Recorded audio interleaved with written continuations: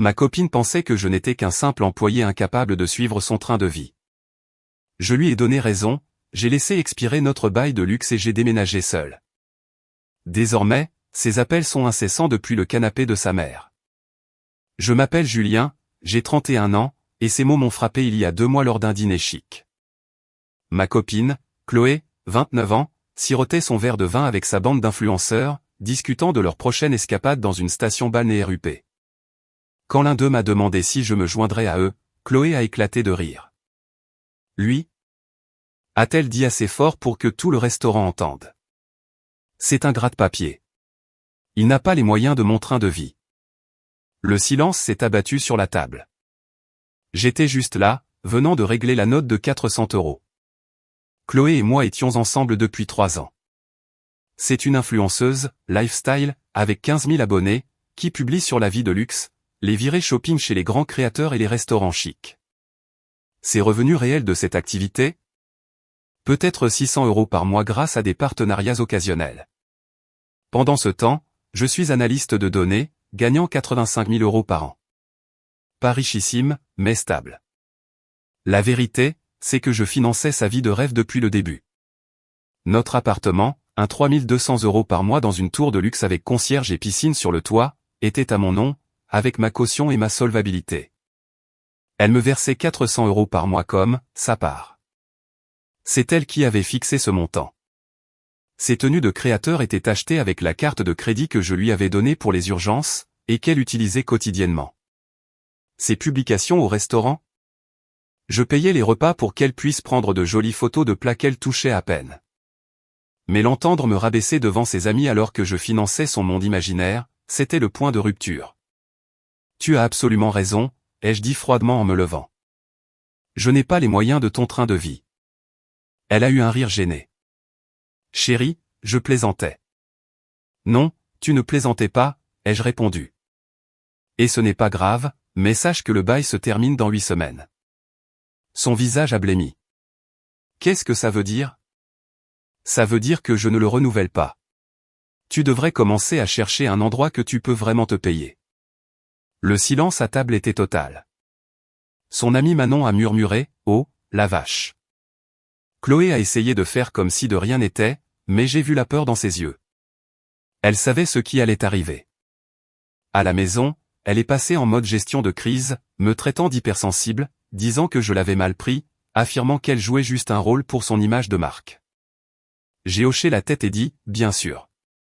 Puis j'ai dormi dans la chambre d'amis.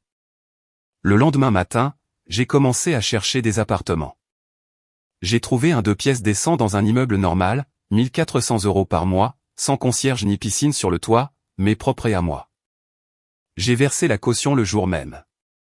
Chloé a passé les semaines suivantes à alterner entre des tentatives de séduction et des moments où elle agissait comme si de rien n'était. Elle postait des stories Instagram de notre appartement avec des légendes comme « reconnaissante pour cette vie ». Tout en m'adressant à peine la parole, elle n'avait même pas cherché de nouvel endroit. 3 semaines avant la fin du bail, j'ai commencé à faire mes cartons. Elle a enfin compris que j'étais sérieux. Où suis-je censé aller? A-t-elle exigé. Quelque part que tu peux te permettre, ai-je dit en fermant un autre carton. C'est de la manipulation financière, a-t-elle hurlé. Tu essaies de me contrôler. Chloé, je m'éloigne de toi. C'est le contraire du contrôle. 2 semaines avant la fin du bail, elle n'avait toujours rien emballé. J'ai réservé des déménageurs pour mes affaires uniquement, annulé la carte de crédit que je lui avais donnée et mis en place une réexpédition de mon courrier. Elle était à un événement de marque, c'est-à-dire en train de siroter des bulles gratuites à l'ouverture d'une boutique. Quand les déménageurs sont venus, elle est rentrée dans un appartement à moitié vide. Mon bureau, ma télé, ma machine à expresso, les meubles que j'avais achetés, tout avait disparu. Il ne restait que son cercle lumineux, sa garde-robe et la commode bon marché qu'elle avait apportée en emménageant. Sa crise de nerfs fut mémorable. 82 textos en 3 heures. Des stories Instagram sur la trahison et les faux-semblants, mais elle n'avait toujours pas trouvé de logement. Le dernier jour, j'ai fait l'état des lieux avec le gestionnaire de l'immeuble, rendu les clés et récupéré ma caution. Chloé était là, toujours dans le déni, suppliant le gestionnaire de la laisser rester. Il lui a expliqué qu'elle n'était pas sur le bail et que sans moi, ses revenus n'étaient pas suffisants. Le loyer était le triple de ce qu'elle pouvait prouver comme revenu. Elle a fini par retourner vivre chez sa mère en banlieue, à 45 minutes de Paris. La maison de sa mère, une maison de classe moyenne standard sans aucun attrait pour Instagram. C'était il y a 5 semaines. Maintenant, les appels n'arrêtent pas. Première mise à jour. Son arrogance est sidérante. Commençons par sa situation de logement. Oui, elle est chez sa mère, de retour dans sa chambre d'enfance. Celle avec le papier peint à papillon kitsch qu'elle essaie de cacher sur ses photos. Elle est devenue habile avec les angles de caméra, utilisant son cercle lumineux pour simuler une ambiance minimaliste. Mais ses abonnés ne sont pas dupes. Son taux d'engagement a chuté. La première semaine après son déménagement, elle a joué la carte de la victime. Elle m'a appelé en sanglotant, me disant que je l'avais abandonnée, que nous étions une équipe, que je lui devais bien ça après 3 ans. Je lui ai rappelé qu'elle avait dit à une salle entière que je ne pouvais pas suivre son train de vie. Elle a raccroché. Puis est venue la panique financière. Cette carte de crédit que j'ai annulée. Elle était liée à ses abonnements.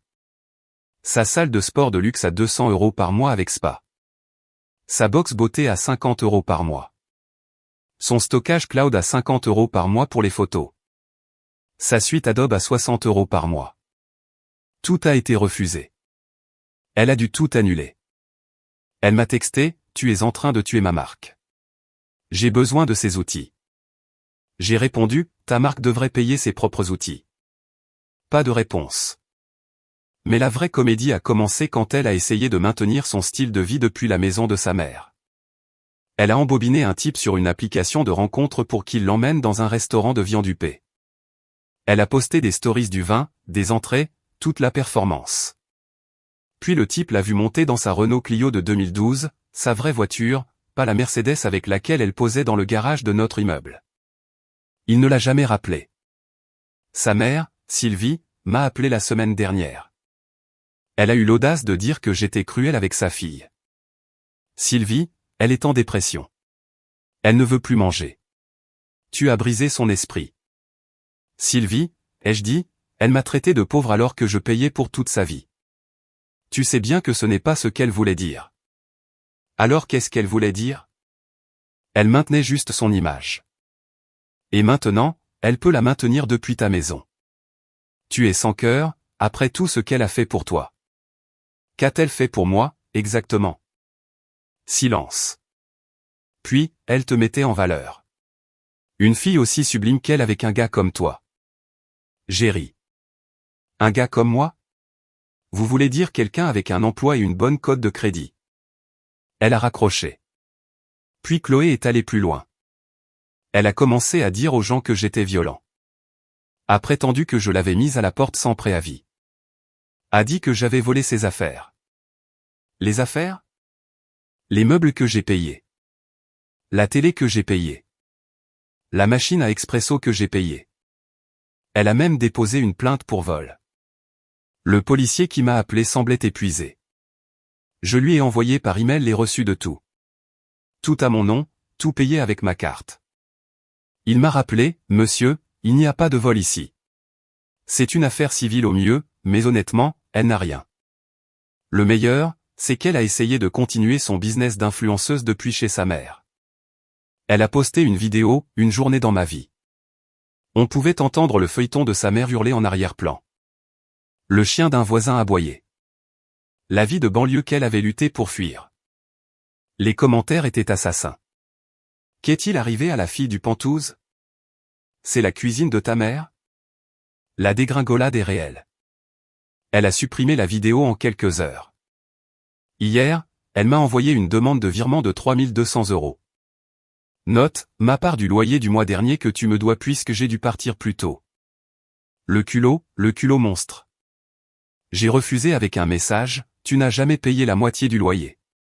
Ta part était de 400 €. Elle a immédiatement demandé 400 €. J'ai refusé ça aussi. Deuxième mise à jour. Cela fait 2 mois et demi que j'ai dit à Chloé que je n'avais pas les moyens de son style de vie. Le karma est si parfait que j'en culpabiliserais presque. Presque. Après le coup de la demande de virement, elle s'est lancée à fond sur TikTok, postant une série sur le fait d'échapper à une relation toxique et de tout recommencer. Le problème, c'est qu'Internet a de la mémoire. Quelqu'un a déterré ses anciennes publications où elle se vantait de son « mec qui bosse dans la finance ». Je suis analyste de données, mais bon. Et comment il la gâtait? Les commentaires l'ont démoli. Tellement toxique qu'il payait toute ta vie, recommencer à zéro chez ta mère à 29 ans, c'est le même gars que tu trouvais trop fauché pour toi. Elle a tout supprimé. Mais ensuite est venue sa tentative la plus audacieuse. Elle m'a envoyé une proposition commerciale, un vrai PDF, avec un modèle chic et tout. Le pitch, j'investirais 10 000 € dans sa marque, Lifestyle, pour 10% des bénéfices futurs. Ses projections montraient qu'elle gagnerait 500 000 € en 2 ans. Son revenu mensuel actuel selon ses propres chiffres, 600 €.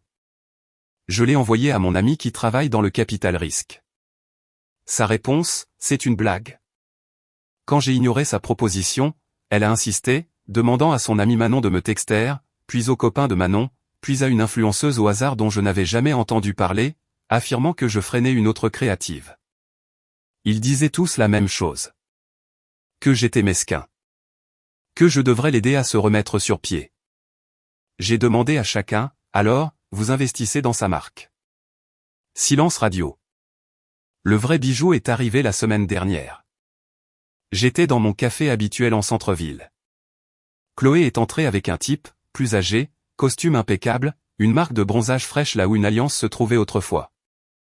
Elle était en mode influenceuse totale, riant trop fort, lui touchant le bras, faisant ce truc de lancer ses cheveux en arrière.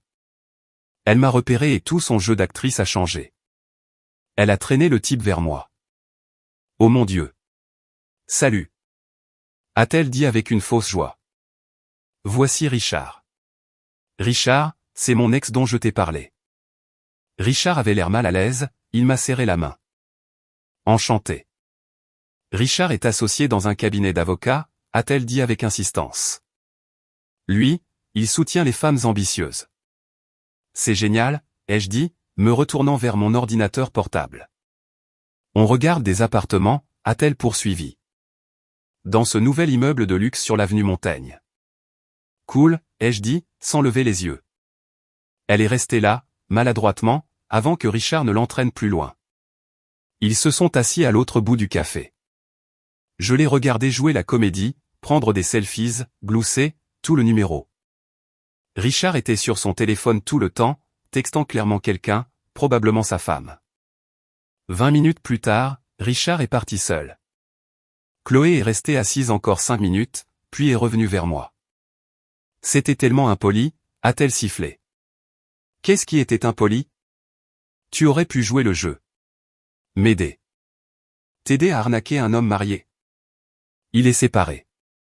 La marque de son alliance dit le contraire. Elle m'a foudroyé du regard. C'est exactement pour ça que j'ai dit ce que j'ai dit.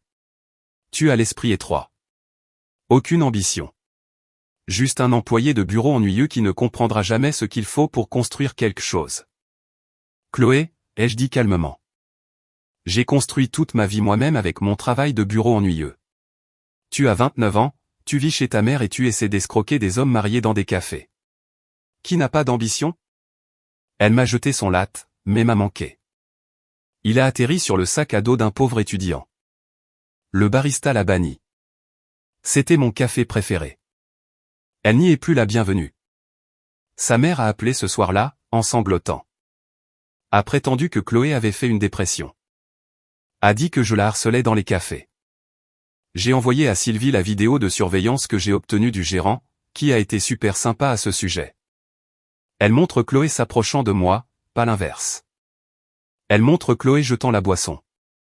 La réponse de Sylvie, tu l'as provoquée en étant en public. Tu sais ce que tu as fait. Sylvie, je vous bloque maintenant. Dites à Chloé que tout contact supplémentaire entraînera une ordonnance restrictive.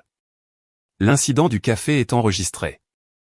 Puis, il y a 2 jours, sa carrière d'influenceuse a pris son coup final. Une chaîne YouTube spécialisée dans les drames a fait un exposé complet sur elle. Quelqu'un avait tout capturé, ses anciennes publications, l'histoire du dîner qui a fuité par l'un de ses amis, ses TikTok. Ils ont même retrouvé ma publication originale sur un forum en ligne, je ne sais comment. La vidéo intitulée « La fausse influenceuse qui a tout perdu » a fait 2,3 millions de vues en 48 heures. Son compte Instagram est passé en privé, puis a disparu. Son TikTok a été supprimé. Son blog Lifestyle est maintenant un lien mort. Elle m'a texté depuis un nouveau numéro, « J'espère que tu es satisfait. Tu as ruiné ma vie. » J'ai répondu, « Tu as ruiné ta propre vie. J'ai juste arrêté de la financer. » Puis je l'ai bloquée. Mise à jour finale. Cela fait 4 mois depuis ce dîner. C'est ma dernière mise à jour car il n'y a plus rien à dire. L'histoire de Chloé est terminée. Après que la vidéo YouTube soit devenue virale, elle a tenté un dernier virage. Elle a lancé un nouvel Instagram en tant que défenseur de la santé mentale, postant sur la survie des relations toxiques et la guérison des traumatismes. Elle partageait des citations inspirantes sur des photos des couchers de soleil du jardin de sa mère. Elle a obtenu environ 200 abonnés, principalement des bots. Mais Internet n'oublie pas. Quelqu'un a mis le lien de l'exposé YouTube dans ses commentaires. Ces nouveaux abonnés ont fait des recherches. Le compte avait disparu en 9 jours. Selon un ami commun qui parle encore à Manon, Chloé a trouvé un travail, un vrai. Saisie de données dans un cabinet dentaire. 18 € de l'heure, début à 8 h du matin. L'ironie qu'elle fasse de la saisie de données alors qu'elle se moquait de mon travail d'analyste de données ne m'échappe pas. Elle a duré 3 semaines avant de se plaindre de l'environnement de travail toxique. On lui a dit d'arrêter de prendre des selfies à son bureau. Maintenant, elle est dans un grand magasin, au service des retours. La fille qui publiait sur les achats de luxe gère maintenant les retours des autres toute la journée. Sa mère, Sylvie, m'a envoyé un message sur Facebook. J'avais oublié de la bloquer là-bas. Un dernier plaidoyer. Elle a dit que Chloé se faisait aider. Que peut-être nous pourrions nous réconcilier quand elle irait mieux. J'ai répondu, Sylvie, votre fille doit apprendre que les choix ont des conséquences. Je lui souhaite le meilleur, mais j'en ai fini avec elle. S'il vous plaît, ne me recontactez plus. Elle a répondu, tu le regretteras quand elle réussira. Je n'ai pas répondu. Bloqué. Le plus drôle. J'ai croisé Richard, le type du café, à un événement professionnel la semaine dernière. Il connaît l'équipe juridique de mon entreprise. Nous avons discuté brièvement. Il a mentionné une femme folle qui n'arrêtait pas de lui envoyer des messages après un seul rendez-vous, parlant d'emménager ensemble dans des appartements de luxe. Il a dû la bloquer partout. Sa femme a vu les textos et n'était pas ravie. J'ai évité le pire, a-t-il dit. Vous n'avez pas idée, ai-je répondu. Quant à moi, la vie est calme. Mon appartement est petit, mais c'est le mien. Je cuisine mes propres repas au lieu de débourser pour des restaurants hors de prix où elle photographiait de la nourriture qu'elle ne mangeait pas. J'économise de l'argent. J'ai pris des vacances le mois dernier. Rien d'extravagant, juste du camping et de la randonnée avec des amis. Je n'ai posté aucune photo. C'était incroyable. J'ai commencé à voir quelqu'un, Héloïse.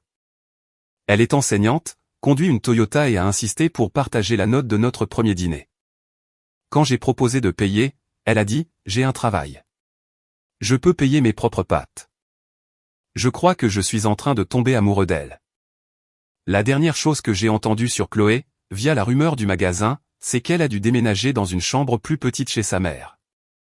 Sylvie a transformé son ancienne chambre en atelier de bricolage. Lassée que le séjour, temporaire, de sa fille s'éternise, Chloé est maintenant dans ce qui était le bureau de Sylvie, une pièce de 8 mètres carrés, sans fenêtre. D'une tour de luxe avec vue sur la ville à une boîte sans fenêtre dans la maison de sa mère. D'influenceuse à employer au comptoir des retours. 2. Il n'a pas les moyens de mon style de vie. Ah, souhaitez-vous la carte du magasin? La meilleure vengeance est de laisser quelqu'un faire face à la réalité de qui il est sans que vous le souteniez. Chloé voulait un certain style de vie. Elle a eu ce qu'elle pouvait se permettre seule. Et moi, l'employé de bureau ennuyeux, je vais très bien. Mieux que bien. Il s'avère que j'ai toujours eu les moyens de mon style de vie, mais pas du sien.